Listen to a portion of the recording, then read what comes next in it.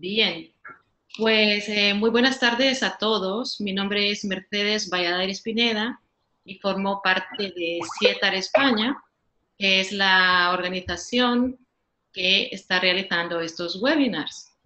Para los que no conocéis CIETAR España, somos la Sociedad para la Educación, la Investigación y la Formación Intercultural en España. Y a su vez formamos parte de la red CIETAR Europa y CIETAR Global, que está distribuido en los 5 continentes con más de 5.000 miembros en todo el mundo. Nuestro objetivo principal es promover la educación, la formación y la investigación en el ámbito intercultural. El pasado mes de marzo iniciamos un ciclo de webinars que tratan temas en relación al ámbito de la interculturalidad. Os voy a comentar un poco, antes de presentar a Luis, cómo va a funcionar este webinar el día de hoy. Primero, Luis va a hacer su intervención, que va a durar aproximadamente 45 minutos. Si os surgen dudas a lo largo de su presentación, podéis hacer preguntas y comentarios en el chat. Luego yo se las trasladaré a Luis y él amablemente nos responderá. El webinar durará aproximadamente 1 hora. Luis, no te vemos. Ahora sí. Ahora sí. Perdón. Vale, entonces voy a pasar a presentarte, Luis.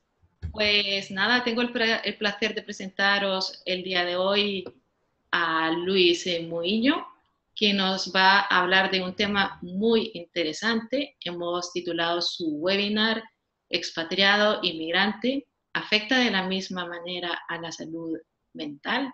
Y bueno, para presentar a Luis me tomaría muchísimo tiempo. Esto siempre lo dicen cuando se hacen presentaciones, pero en esta ocasión no es por decirlo simplemente, sino porque es verdad, Luis.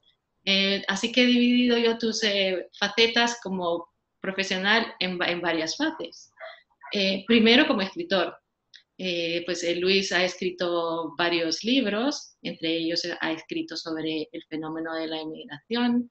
Luis es articulista, escribe para varias revistas, entre ellas en la revista Muy Interesante y el periódico La Vanguardia.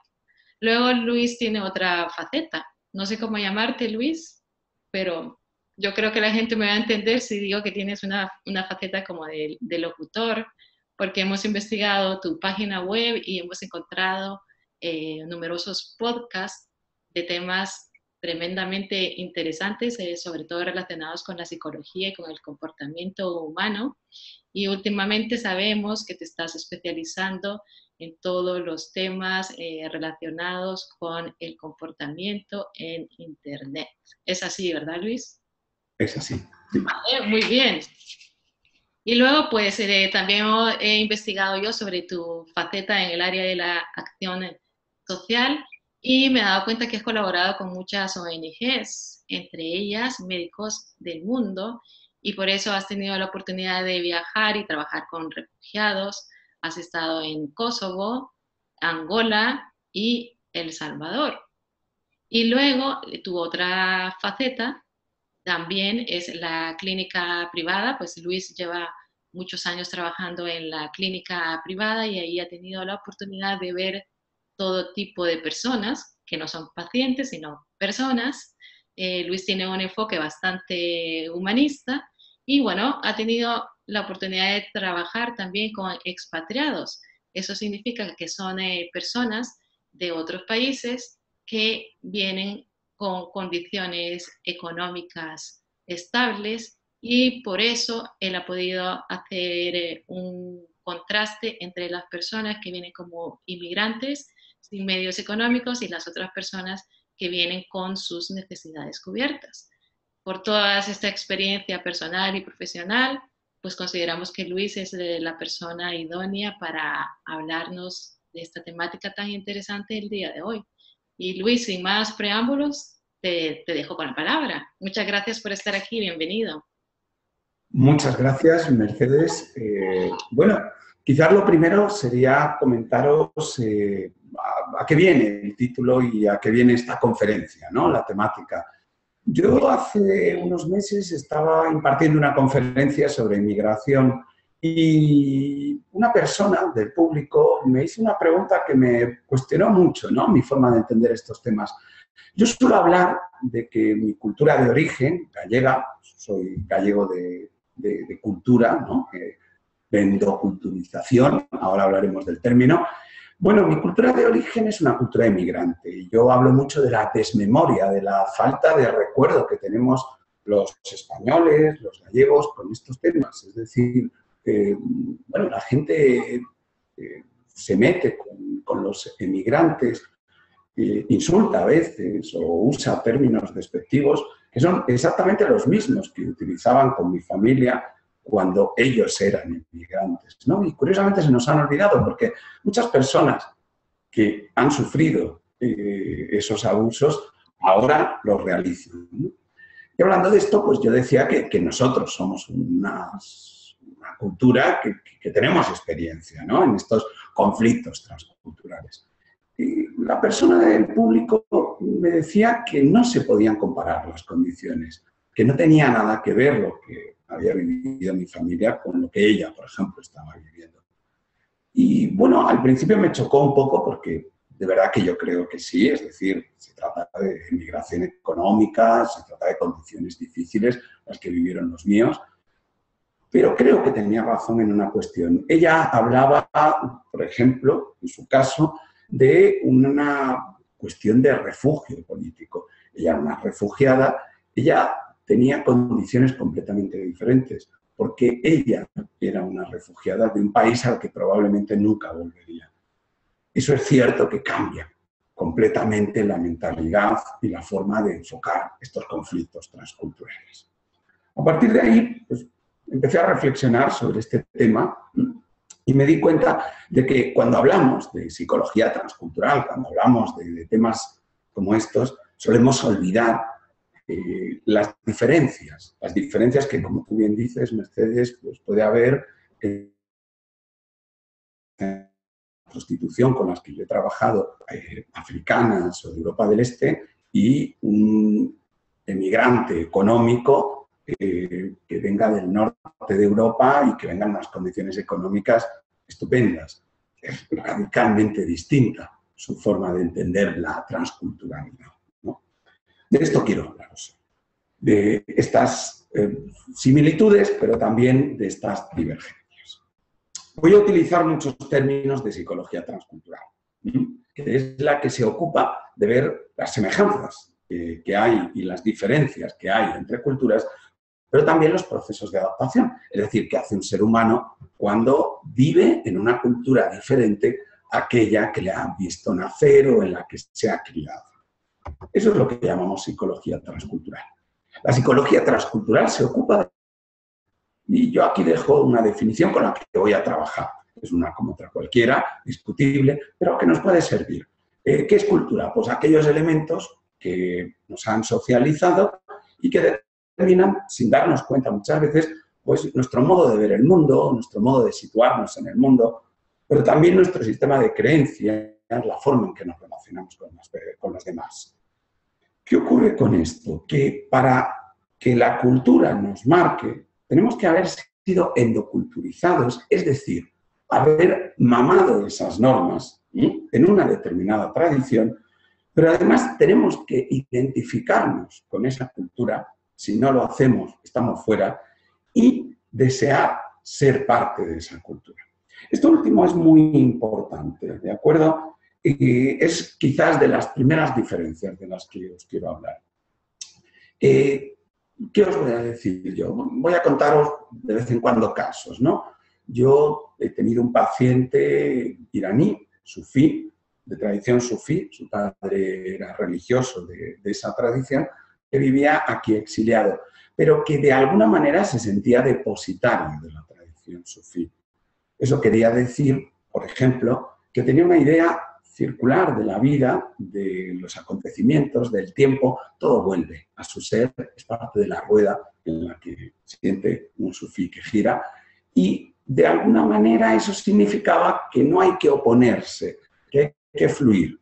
Lo que aquí, desde un punto de vista, por ejemplo, de la Europa occidental entenderíamos como ser pasivo, no asertivo.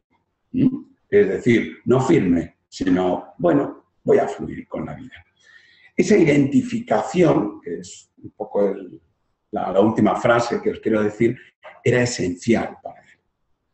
Y eso es una de las primeras diferencias en las que se sitúan las personas cuando viven en otra cultura. Este hombre, su sentido vital era en parte sufrir por sentirse identificado con su cultura. Sin embargo, podemos tener el caso contrario, clásico, expatriados en ONGs. ¿Qué ocurre con las personas que tratan de hacer ayuda humanitaria en otros países? Que habitualmente suelen intentar salirse de su propia cultura de origen. Es decir, desidentificarse. Lo que más puede llevar a una persona así a sentirse raro es que le identifiquen con, por ejemplo, el típico europeíto individualista que viene dándoselas de listo. Claro, eso le lleva a un proceso casi de aculturización, que es todo lo contrario. Es decir, ahí tendríamos a alguien cuyo sentido vital consiste justamente en abandonar, en parte, su cultura de origen. ¿Qué ocurre con la endoculturación? Es decir, con ese proceso de mamar normas, hábitos, etcétera, que afecta muchísimo más, pero muchísimo más de lo que creemos. Aquí os pongo una larga lista. No quiero hacerla exhaustiva, simplemente para que veáis hasta qué punto la cultura nos marca. Y desde la forma en que comemos, las prescripciones y prohibiciones de dieta, la estructura y jerarquía de valores, por ejemplo, el ser más o menos egoístas, está mejor o peor visto en determinadas culturas, pero también los sistemas de parentesco, ¿qué entendemos por familia? Eso es una cosa muy cultural, ¿vale? Incluso cosas que podéis entender como superficiales. Lo que ocurre es que las hemos mamado de tal manera, las hemos interiorizado de tal forma que al final creemos que son individuales, que son nuestras. Os voy a poner un ejemplo. Si os preguntan por vuestra forma de vestir, vosotros pensáis que es una cosa muy personal, que vosotros habéis ido seleccionando durante vuestra madurez y que al final vestís así porque vosotros queréis vestir así. Pero es cierto que las personas de las diferentes culturas vestimos de una forma bastante uniforme.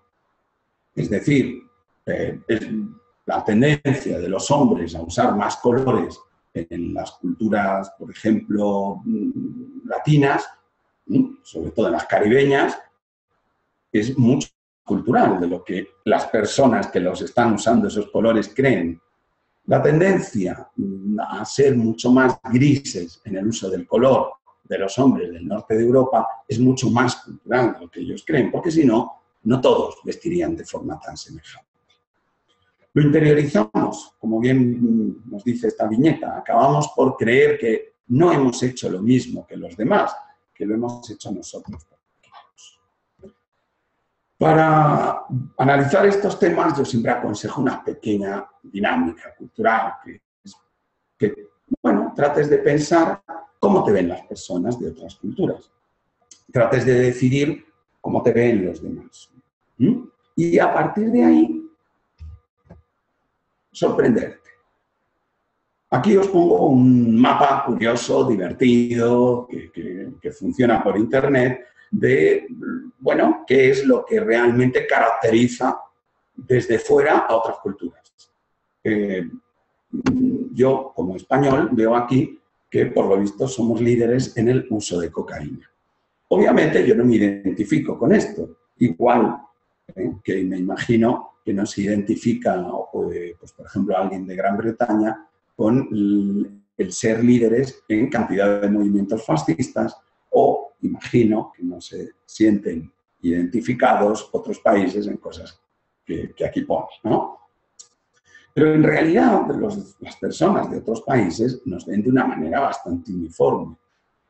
En el caso de españoles es fácil que salgan los tópicos, fiesta, siesta, es clásico que salgan los tópicos de machismo, ¿no? Luego, yo completaría esta dinámica diciendo, vale, ¿cómo te ves a ti mismo? Si tú haces esto con una serie de factores, verás que no hay correlación ninguna.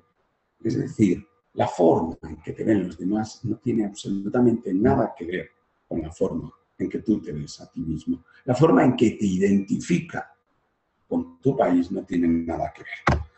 Julio Cortázar ponía este fragmento al principio de Rayuela, de su novela, y viene a decir que nada asesina tanto a un hombre como estar obligado a representar a un país. Y eso es parte del conflicto transcultural.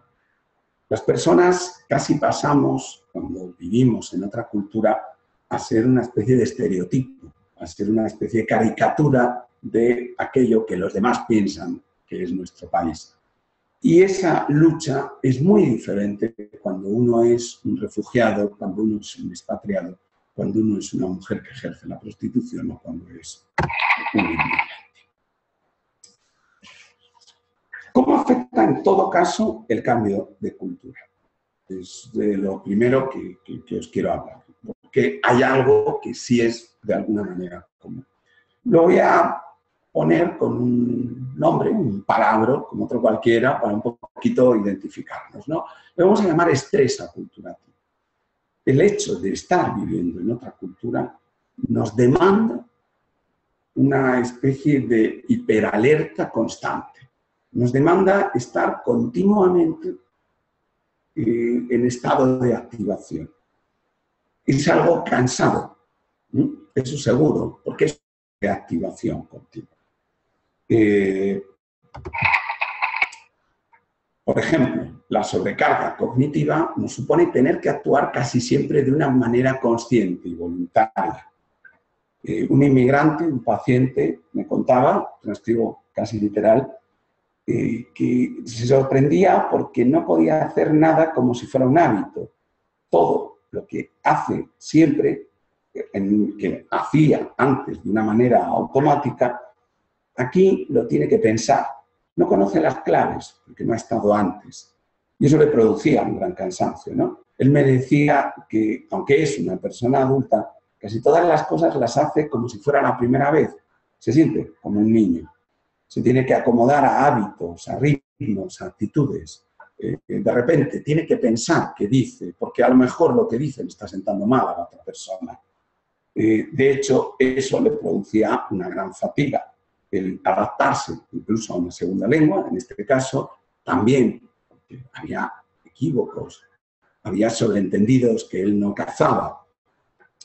Manifestaciones de esta sobrecarga cognitiva, en su caso, eran pues, una cierta irritabilidad bastante constante, insatisfacción, síntomas de activación como la ansiedad generalizada o incluso, en el caso de él, llegaban a los ataques de pánico. Eso es una de las cosas que ocurre cuando uno está en una cultura diferente. Pero además en otra cultura es muy complicado entender qué rol ocupas, porque es incluso complejo entender qué roles, qué papeles hay en esa cultura. Es decir, ¿de qué puedes hacer? Nosotros estamos acostumbrados a saber de qué hacemos, de qué actuamos en nuestra propia cultura. Tenemos unos estudios, tenemos una profesión, tenemos un papel dentro de la familia, somos hijos, somos padres. Tenemos toda una especie de gran teatro del mundo marcado. Cuando salimos fuera, eso deja de existir. Y esto vuelve a ser otra de las cosas en las que ya veremos que se diferencian expatriados, inmigrantes, etc. Un clásico, el papel de un expatriado que trabaja en una ONG, pero también de un experto que viene a trabajar en un país un poco menos desarrollado, según él, o esa es su concepción, pero que él sabe que es un experto en la materia, en realidad es muy gratificante. De hecho, una de las cosas que se suele decir es que este tipo de personas suben en su rol, es decir, ocupan un rol más elevado del que ocupaban en su cultura de origen. Sin embargo, con los inmigrantes económicos tradicionalmente ocurre al contrario. Son personas que han pasado de ser licenciados en sus países a trabajar en otro tipo de empleos cuando llegan al país en el que tratan de buscarse la vida. Esa bajada de rol es parte de lo que muchos me han referido como su estrés. Ese rol, ese conjunto de conductas, de actitudes, de emociones, es muchísimo más importante de lo que creemos, porque nos dicen cómo nos sentimos subjetivamente ante los demás. ¿Cómo puede hacer que cambie mi forma de afrontar ese estrés? Aquí os voy a contar unos palabras que sí que me gusta usar y que vamos a trabajar en el resto de la conferencia. Yo creo que el estrés en sí es un concepto neutral. Es decir, uno tiene un sobreesfuerzo, uno hace una pequeña elevación de alerta porque está ante un reto. Eso, en principio, es neutral, es decir, si no estuviéramos estresados nunca, lo que estaríamos será tremendamente aburridos. Pero eso puede resultarnos positivo o negativo según cómo nosotros nos lo contemos a nosotros mismos, según cómo nosotros lo vivamos.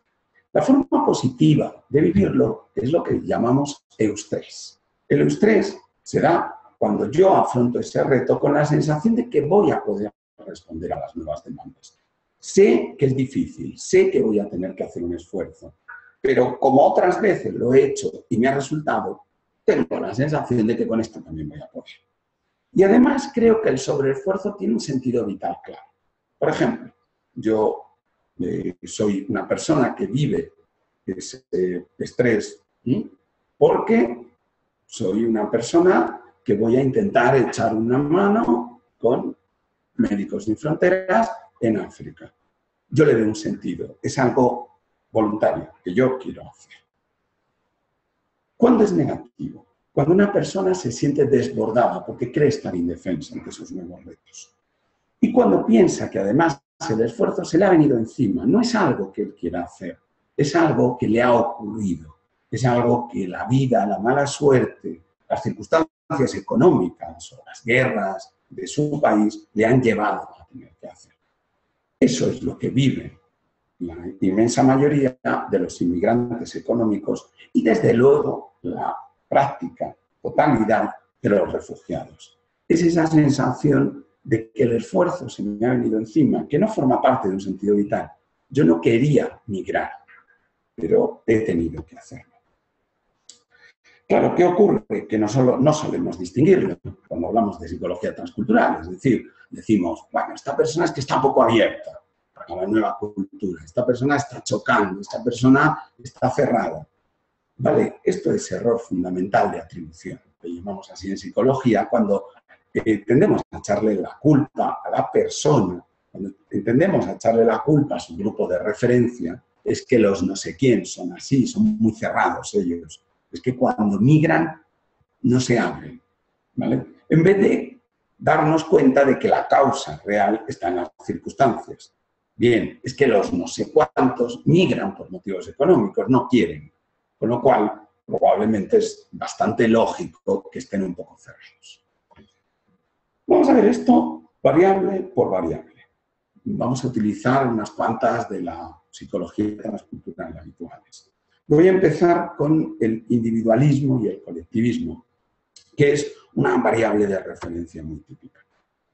Yo creo, muchos psicólogos creemos, que las culturas en general se pueden dividir en individualistas, eso sería un extremo, las que, digamos, sus miembros solo miran por el bienestar personal, ¿no? Y como mucho el de la familia cercana, las personas se definen como un yo separado del resto, y colectivistas estarían en el otro extremo, las culturas en las que los integrantes miran ante todo por el grupo. La persona se define en sus circunstancias vitales. Las personas de las culturas colectivistas están bien si está bien su grupo. Os voy a poner un vídeo que cómo funciona el colectivismo. Es un anuncio en la India y, bueno, pues de alguna manera yo creo que habla de esa tendencia al colectivismo de ciertas culturas. Es un anuncio, la verdad es que no sé de qué, me parece una preciosidad.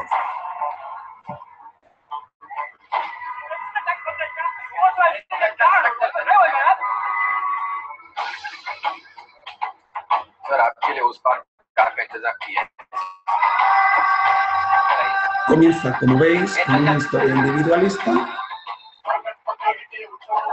Hay un árbol en medio de la carretera que está paralizando toda la circulación y está paralizando las historias individuales. Hay quien llega tarde al trabajo, quien llega tarde al colegio, y cada uno, de alguna manera, va a lo suyo.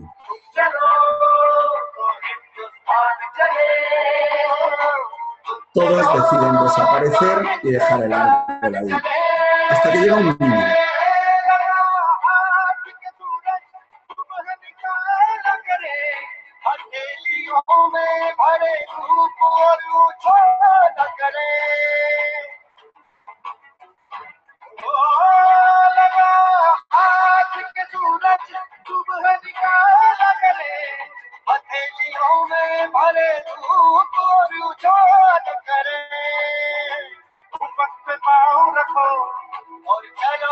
Y ese niño, que de alguna manera es el depositario del colectivismo, va convenciendo, sin decir nada, poco a poco, a todos, a que tiren juntos, a que contribuyan.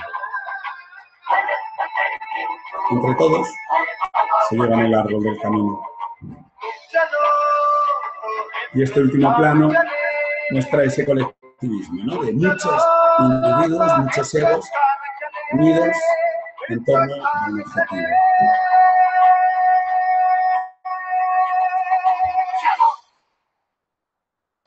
Esto es el colectivismo, o por lo menos esta es la imagen que tienen las personas colectivistas de lo que viven. ¿Qué ocurre? Para mí es el vídeo más bonito, más entrañable, pero también más naif sobre el colectivismo. El colectivismo tiene muchas más cosas. Por ejemplo, el amor casi siempre se paga con vigilancia social. En las culturas colectivistas hay un montón de gente mirándote. Me encanta este cuadro porque creo que de alguna manera lo representa. Se llama El bosque tiene 1000 ojos y muestra pues, a una persona con 2 caballos caminando por un bosque rodeado de rostros. Si lo podéis mirar con atención, podéis distinguir, creo que, hasta 17 caras.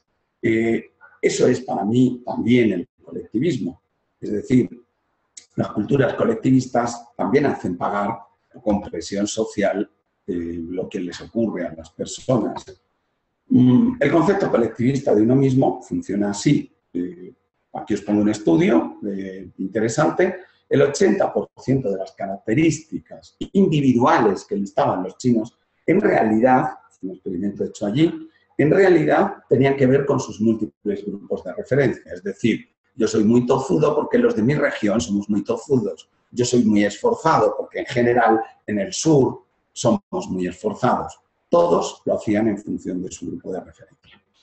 El individualismo es todo lo contrario. El individualismo tiende a definir a las personas como parte de nada. Es decir, yo soy lo importante. Yo soy yo, tú eres tú. Si caminamos juntos, bien, si no, cada uno por su cuenta, porque yo soy yo y tú eres tú. Un experimento en diferentes estudios epidemiológicos en Estados Unidos, una cultura mucho más individualista que la China, obviamente, bueno, el 70% de las personas se muestran más inteligentes, más hábiles o con mayor capacidad de liderazgo que los demás. De hecho, en algunas facetas la cosa es peor. El 95% de los estadounidenses se consideran mejor conductor que todo el resto. ¿Qué ocurre? Que las culturas individualistas fomentan esto. Esto es importante. Vuelvo a lo mismo. Es una gran diferencia. ¿Por qué es una gran diferencia? Porque esto marca el cómo nos enfrentamos a una situación. Os voy a poner ejemplos. ¿Qué me ocurre habitualmente con los emigrantes económicos? Los emigrantes económicos se ven forzados casi siempre a ser mucho más colectivistas de lo que realmente son. Es un gran tema a la hora de trabajar, asertividad y habilidades sociales. y a la hora de empoderar mujeres en culturas latinas. Es muy difícil cuando luego realmente esa persona está casada, tiene hijos, tiene familia y tiene un montón de amigos de los que dependen gran parte económicamente, que tienen un concepto mucho más machista del que ella va a adquirir. No es tan fácil salirte de una cultura colectivista cuando eres inmigrante económico, incluso aunque quieras. El concepto individualista también tiene sus problemas. Por ejemplo, una queja habitual de los expatriados es que creían que las personas de aquí, las personas de los países a los que iban, eran mucho menos egoístas de lo que realmente son. Porque la mayoría de las culturas se venden como más colectivistas de lo que realmente son. Eso es lo que llamamos el concepto EMIC y ETIC, y esto es muy importante tenerlo en cuenta. El concepto EMIC es el análisis de una cultura hecho por aquel que la está viviendo. Es decir, desde un punto de vista EMIC, por ejemplo, todas las culturas compartimos, todas las culturas somos solidarias. No hay ninguna cultura que se diga a sí misma que no lo es decir, que nos pregunten, oye, ¿cómo sois los españoles? Y yo diga, egoístas. Sin embargo, desde el punto de vista ético, las cifras, el análisis de una cultura efectuado por un observador externo, dicen muchas veces otra cosa. Esto es un gran lío para muchísimas personas y tiene mucho que ver con gran parte de los conflictos transculturales. Os voy a contar uno particular. En general, los expatriados tendemos yo creo, a mitificar, a creernos el punto de vista EMIC cuando trabajamos con ONGs. ¿Bien? Yo llego a Kosovo durante la guerra, campos de refugiados. Pregunto, aquí hay, dentro de este campo de refugiados, ¿hay prostitución? Por supuesto, todo el mundo me contesta, no, somos una cultura musulmana. Y en las culturas musulmanas la prostitución está absolutamente prescrita. Y aquí no hay eso.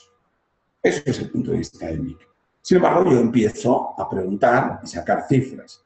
Y descubro que, de hecho, hay tiendas enteras dedicadas a la prostitución. Es decir, hay tiendas de campaña, prostíbulos, dentro de ese campo de refugiados. Eso es el punto de vista ético.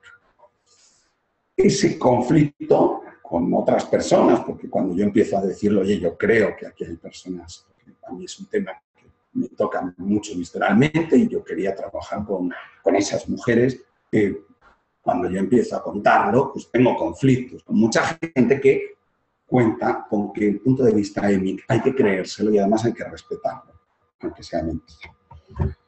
Bien, eso es una de las variables. Otra que vamos a pasar rápidamente, aunque de verdad que para mí tiene mucha más importancia de la que parece. En ciertas culturas el carácter mejor aceptado es el apolíneo, es decir, se fomenta que las personas sean responsables, autocontroladas, competitivas. En otras culturas es lo que podríamos llamar, Ruth Benedict lo llamaba así, dionisíaco. Se fomenta que las personas sean más irresponsables, más alegres, más hedonistas. Todos tenemos en la cabeza, yo creo, culturas de un lado y culturas del otro. ¿De acuerdo? Aquí os pongo una tontería de internet, pero que creo que puede demostrar esto, ¿no? Esto es yoga hindú, una versión de la postura que requiere una fuerza considerable en el cuello, hombros y espalda y que hacen falta años de práctica para conseguir. Y que no debe hacerse, por supuesto, sin supervisión, por esto de que hacen falta años de práctica. Esto es, vuelve a ser un chiste sacado de Facebook, yoga español. No requiere fuerza, se consigue a la primera y debe practicarse sin supervisión, sobre todo de los jefes. Es la típica persona desmayada, borracha, pasando de todo. Este contraste, estas dos diapositivas, están directamente sacadas de chistes de Facebook. O sea, son así. Son los conceptos que tienen las personas de una cultura apolínea y de una cultura dionisíaca. ¿Qué ocurre por esto, por ejemplo? Pues que el sentido vital de muchas de las personas incluye el sacrificio. Elimina factores como el sentido del humor, con los que chocan habitualmente. Los inmigrantes económicos, mi cultura de origen gallega tiende a ser así, suelen ser muy apolíneos, es decir, su sentido vital es ganar dinero. Están pensando en el futuro, no quieren vivir el presente, no quieren divertirse. Yo tengo familia que estuvo 10 años en París viviendo al lado de la Torre Eiffel y que no tuvieron tiempo, según ellos, de subir, aunque querían. Ese es el sentido apolíneo. El sentido del humor, que es esencial en las culturas dionisíacas, se lo pierden. Estos son 4 chistes sacados de Twitter del último pequeño seísmo que hubo en Madrid y un poco, pues, bueno, las bromas sobre esto, ¿no? Desde que yo sobreviví al terremoto de Madrid 2015 hasta tranquilos, no hemos parado la producción de Mao por el terremoto, ¿no? Es la principal empresa cervecera. Las culturas apolíneas están acostumbradas a encontrar explicaciones para lo que ocurre. Y eso es muy importante y eso es una cosa que los pacientes con un sentido vital más apolíneo me suelen demandar. ¿Por qué la gente hace esto? Dame razones. Claro, en las culturas dionisíacas los hechos se adentran en el corazón sin mucha necesidad de explicación. Contemplar la vida es suficiente, no hay necesidad de analizarla. Y este es un choque característico que, por ejemplo, tienen muchos refugiados o muchos inmigrantes económicos.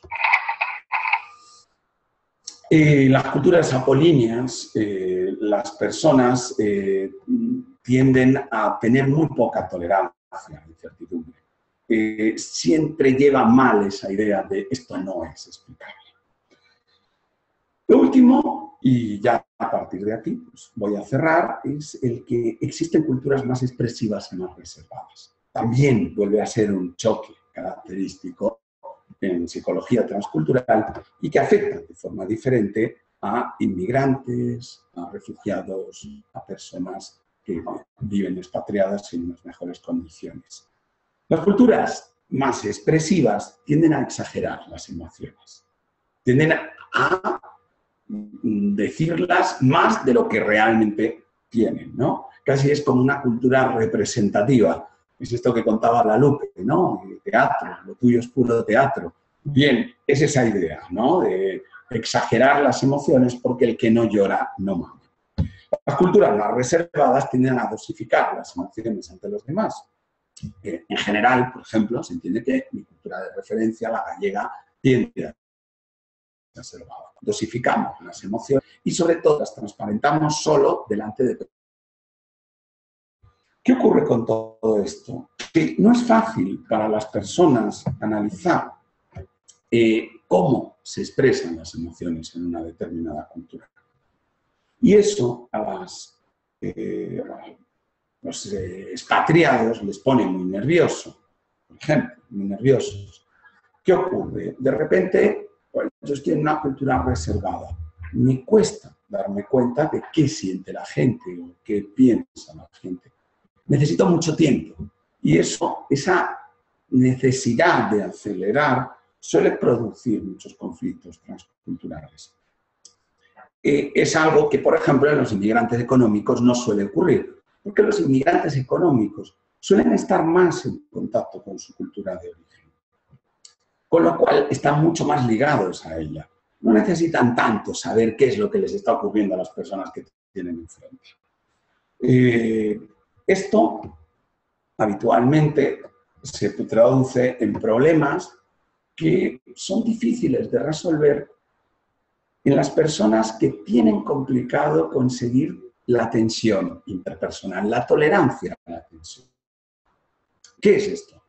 La tolerancia a la tensión es la capacidad de resolver conflictos, de mantener críticas, discusiones, conversaciones tensas con tranquilidad, con un estado de ánimo más o menos positivo y con la idea de que vamos a llegar a una negociación.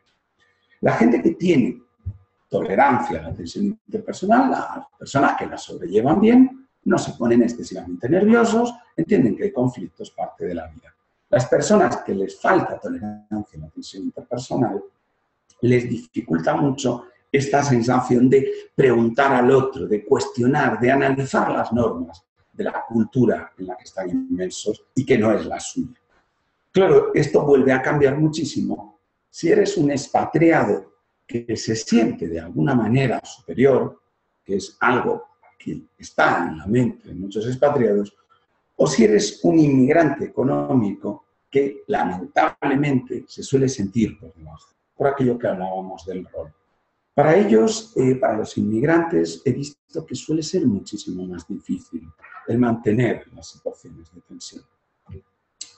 Los inmigrantes tratan de conseguir el apoyo del colectivo. Los expatriados, por ejemplo, ONGs, etcétera, tratan de mantenerse en contacto con su cultura de referencia, que es otra forma. Tratan de mantenerse en contacto casi cotidiano y diario. Es esto de lo que se ríe Forges, con que ahora mismo parece que el Internet sería la cuestión principal, ¿no?, en un expatriado. Y yo lo vivo, porque yo hago atención online a personas que trabajan en ONGs. Y de verdad que el Internet es la forma de contactar con tus raíces, con las personas que te pueden ayudar desde tu universo cultural. El final de todo esto es que todo cambia y las personas que migran tienen un concepto del tiempo probablemente estático. ¿Por qué estático? Casi siempre, en general, yo lo que veo es que el inmigrante económico suele estar pensando siempre en el futuro, con lo cual el presente les da un poco igual. Las personas expatriadas piensan en el presente, tanto si están expatriadas por dinero como si están haciendo ayuda humanitaria, están en aquí y ahora, están viviendo mucho esto. Y sin embargo, los refugiados están instalados en un pasado que tienen la sensación de haber perdido, en una especie de paraíso perdido. Claro, cuando todo esto se acaba, todo ha cambiado, inevitablemente, porque como decía Nelson Mandela, no hay nada como volver a un lugar que se mantiene sin cambios para encontrar las maneras en que tú has cambiado. Todo cambia, todo es dinámico. Aunque tú no cambies, aunque el mundo en el que tú viviste no cambie, tú has cambiado. Me gustaría terminar un poquito con esta idea de que tenemos que tener cuidado con las palabras porque están preñadas de alguna manera, ¿no? Fijaros esta anécdota que pongo, ¿no?, sobre el tema transcultural, ¿no?, y cómo cualquier cuestión que hablemos, cualquier cuestión en la que expresemos oralmente está preñada, ¿no?, de contenido. Bueno, pues es una anécdota trágica sobre la bomba atómica. Siempre se dice que la palabra utilizada en japonés cuando los estadounidenses amenazaron con tirar la bomba fue una palabra que querría decir sin comentarios. Básicamente lo estamos estudiando, no tenemos más remedio que rendirnos. Entendida y traducida como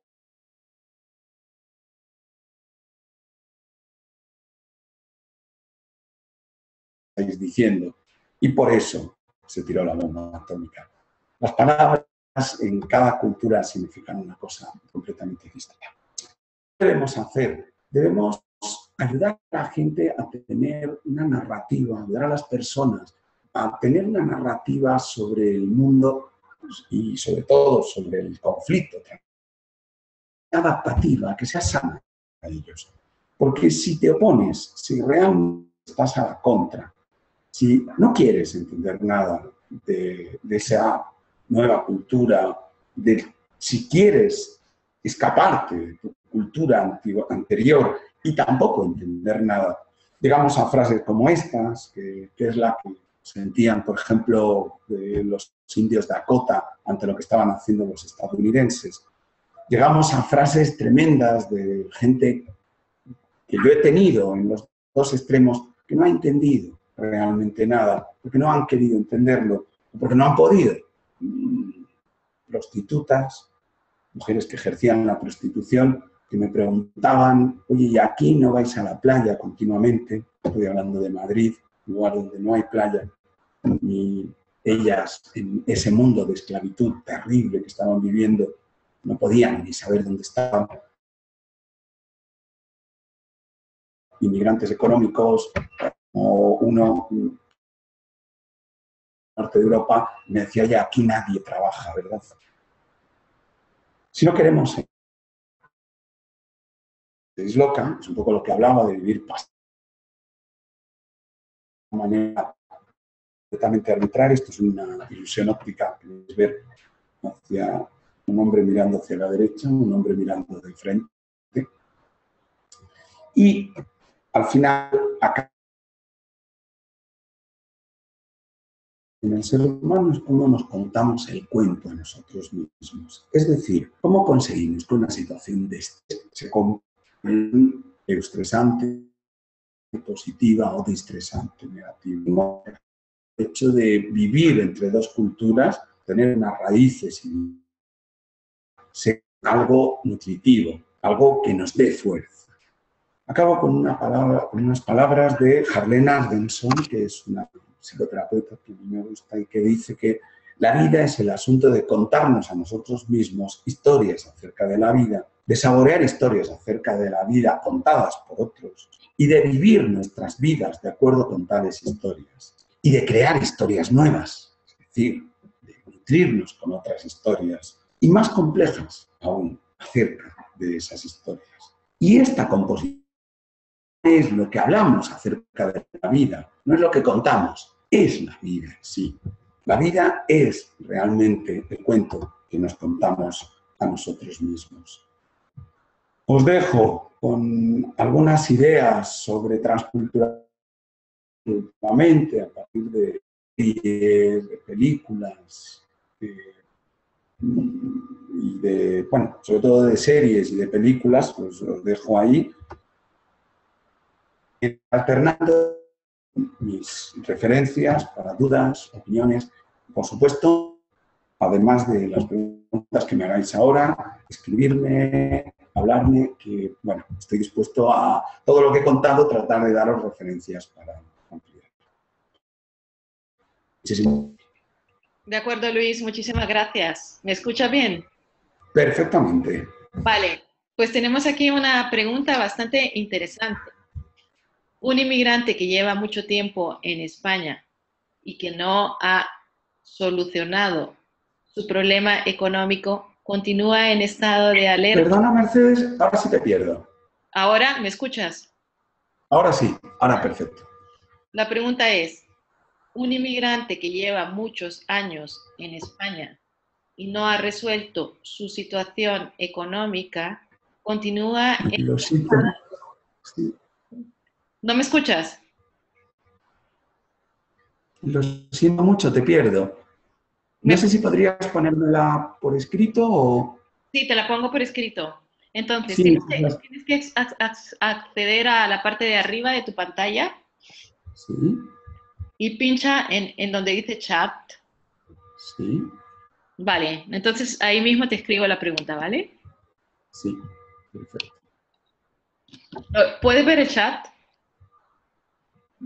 Vamos a ver, debería poder verlo. De todas formas, ahora te escucho bien. Quizás puedas volver a hacerme la pregunta. Es que se te pierde de vez en cuando. Venga, la pregunta es, un inmigrante que lleva muchos años en España Sí. y no ha resuelto su situación económica, ¿continúa en estado de alerta o sobrecarga cognitiva? Sí. Esa es la pregunta. Muy interesante. Sí, de hecho, eso es una problemática que estoy viviendo mucho en consulta, tanto trabajando con como personas que incluso tenían un mayor poder económico, ¿no? ¿Qué ocurre? La inmigración, cuyo sentido vital es económico, se resuelve hacia el futuro y no termina hasta que el futuro está asegurado. Es algo que yo he vivido con mi familia. Es decir, los inmigrantes que salían en mi familia se iban, podían pasar 20 años en una especie de estado de stand-by, prácticamente, en un país al que casi ni hacían caso, y volvían. Y ahí empezaban a ser felices. Esto, que en principio es adaptativo, es decir, es una narrativa, una forma de contarte lo que estás haciendo muy sana, muy, bueno, inevitable en muchos casos, y lo que debemos juzgar. Cuando yo llego a un país, pasan años y años y años y la situación económica sigue sin arreglarse. Por ejemplo, les ha ocurrido a muchos inmigrantes en España desde la época de la crisis. Llevan años en los que económicamente casi están incluso peor de lo que estaban en su país de origen. Es que su sentido vital era este, era lo económico. Sí, me temo que lo que está viviendo, en muchos casos, la irritabilidad, una especie de estado subdepresivo continuo,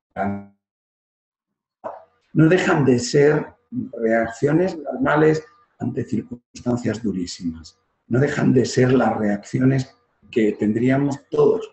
Y es bueno que uno lo sepa, porque, claro, ¿qué me piden los pacientes? ¿Qué me demandan? Es algo como, doctor, ¿qué me está pasando? ¿Por qué lloro? ¿Por qué no disfruto jugando con mis hijos? ¿Por qué? Bueno, pues porque están viviendo una circunstancia en la que yo también lloraría. Es bueno que lo sepas y es bueno que lo haces, que luchas contra esa emoción negativa, pero que, digamos, la causa no está en ti, la causa está en las circunstancias tan trágicas que estás viviendo. De alguna manera se ha roto el sentido de tu emigración. Vale, perfecto. La siguiente pregunta. ¿Qué tipo de problemas tienen las personas inmigrantes y qué tipo de problemas tienen los expatriados? Para mí, el problema más habitual con los inmigrantes tiene que ver con la falta de hedonismo, de disfrute vital, la falta, digamos, de instalación en el presente. Cuando una persona viene, por ejemplo, a España a resolver su vida económica, esa se convierte en su obsesión y habitualmente no disfruta de la vida, no está viviendo situaciones en las que pueda estar a gusto. ¿A qué lleva eso? El anedonismo, le llamamos en psicología, ¿no? Pues muchas veces, algún estado subdepresivo, ansiedad, pero también a veces a abuso de alcohol, porque es lo único que te permite salirte de todo esto. Es decir, de alguna manera, tarde esa obsesión tras hora pensando en ahorrar y en ahorrar y en ahorrar. Claro, hay ciertas sustancias que de alguna manera te rompen esa obsesión y te ayudan supuestamente a salir. Yo vivo mucho pues, esos problemas de abuso de sustancias, igual que síndromes ansioso-depresivos. Eso para mí es lo más característico del inmigrante. Con los expatriados, para mí tiene que ver casi siempre con decepción de expectativas. Es decir, lo que ocurre habitualmente con los expatriados es que han realizado el hecho de salir de su cultura, puesto muchísimo en esto. Tanto sean personas con un alto poder que trabajan en ONGs, suelen salir con la idea de que lo que van a hacer es algo muy, muy, muy bonito. Y claro, nada es muy, muy, muy bonito. Todo tiene sus inconvenientes. Yo lo que vivo mucho es esa idea de por buscar un mí mismo, cosas que si yo no tuviera, como por ejemplo, de vez en cuando estar triste, de vez en cuando echar de menos, etc. Claro, cuando uno ha hecho algo voluntariamente, es difícil decir, he hecho mucho de menos a mi familia o he hecho mucho de menos a mi país. Yo creo que en el caso de los expatriados, los problemas, digamos, por debajo, son, por ejemplo, muchos problemas psicosomáticos, tengo más personas con problemas, esta falta de conseguir expectativas idealistas. Igual que, por ejemplo, un refugiado sí puede, pero su gran problema es siempre el duelo, el síndrome de Ulises, la sensación de he dejado atrás algo a lo que probablemente no voy a volver. Muy bien, ¿me escuchas? Perfectamente. Vale. La siguiente pregunta. En México, con mayor frecuencia en el sur del país, hay un fenómeno de inmigración económica hacia los Estados Unidos, en algo que llaman el sueño americano. Se desarrollan muchos fenómenos secundarios. Uno de ellos... ¿Perdona? ¿Te he perdido a partir de ahí? Se desarrollan muchos fenómenos secundarios. Uno de ellos es la imposibilidad de regresar al lugar de origen, pero tampoco ser feliz en el lugar donde ahora viven. El fenómeno es muy complejo.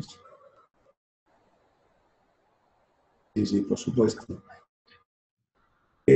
Bueno, yo creo que no hay que olvidar que estas cuestiones son obligación económica, son algo terrible que pasa ahora y que no debería pasar. Es decir, probablemente no estamos preparados psicológicamente para seguir enraizados, como puede seguir un mexicano que migra a Estados Unidos, pero a la vez no poder volver, por ejemplo. Pues eso es como una especie de tortura psicológica que no deberíamos consentir. El hecho de que la gente tenga reacciones normales a estas circunstancias atroces es comprensible, ¿no? Pero yo creo que sí, tiene que ver con cómo gestionamos esa historia, ¿no? Era un poco lo que decía. Hay gente que sigue unida continuamente a su país. Es como si de alguna manera llevara un cordón umbilical que le hace seguir allí, aunque en realidad esté en otro sitio. Hay personas que migran de esa manera. Esas personas son las que más sufren si ese cordón umbilical se rompe, porque para ellos su sentido vital, la forma de migrar, digamos, la historia que se cuentan a sí mismos, es yo no estoy fuera, yo estoy trabajando temporalmente en otro sitio, pero yo realmente sigo en mi país, sigo frente a algo, una cuestión legal, de papeles, de fronteras cerradas, corta ese cordón umbilical, el sufrimiento es muy grande. Sí. Vale. Si no me escuchas, me dices. Siguiente pregunta. ¿Es posible la pérdida de identidad personal en un inmigrante al no poder adaptarse a la nueva cultura en la que se encuentra? Sí, perfecto. Que he vivido en muchísimas ocasiones. No es nada sencillo el cambio de rol. Yo creo que es algo que olvidamos. O sea, el rol afecta a muchísimas cosas. Es cómo te hablan las personas. Es tu autoestima. Es la forma que tú te comunicas con los demás. Incluso, fíjate, esto me lo decía un paciente el otro día, es la cantidad de estimulación intelectual y tal que tú vives. Es decir, ser un licenciado, una persona que ha pasado por la universidad rodeado de licenciados y pasar a ser, en el país al que tú emigras, la persona que, por ejemplo, no sé, lleva la madera a las casas, cambia incluso tu vida, estimular. Este hombre me lo contaba, este hombre vivía eso exactamente, que os digo, era ingeniero en su país de origen. Aquí, pues, carga maderas. ¿Qué ocurre? Me decía, hace 5 años, desde que salí de Polonia, que no tengo una conversación interesante. El rol afecta a muchísimas cosas. Y ese papel vital ante los demás, porque en la nueva cultura no te has adaptado, no puedes o no quieres encontrar otro papel, sí, evidentemente tiene unas al final, consecuencias casi de despersonalización. Dejas de ser quien quieres ser, dejas de ser algo de ti, para pasar a no ser nada, a pasar a ser una persona que va tirando día a día, que es una frase que utilizan muchos de mis pacientes, muchas de las personas con las que yo trabajo. Vale. Y la última pregunta. ¿Estos síntomas o efectos son transculturales? Sí, sí, por supuesto. Sí. Sí, una paradoja de la psicología transcultural es que no solo es que la persona es de culturas, por síndrome de Ulises, por el duelo que está elaborando. No, es que además la forma en que los manifiesta son muy transculturales. Una de las cosas que ocurre con las culturas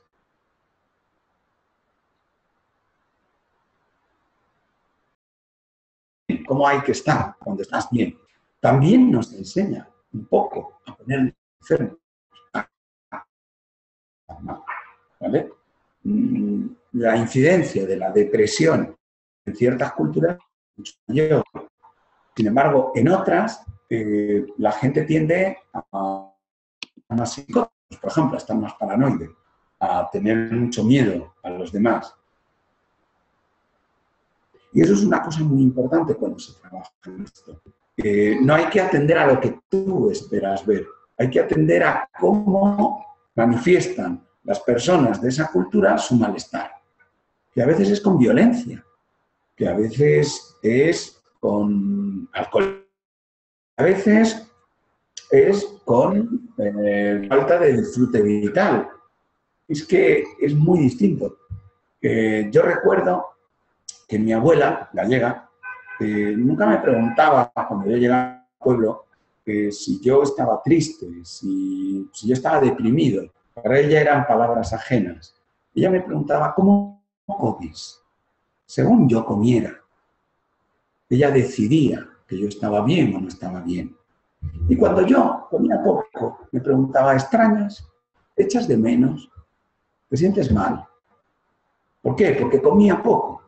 Porque en la cultura de origen de mi abuela, la forma de manifestar el estado de ánimo deprimido es comiendo menos.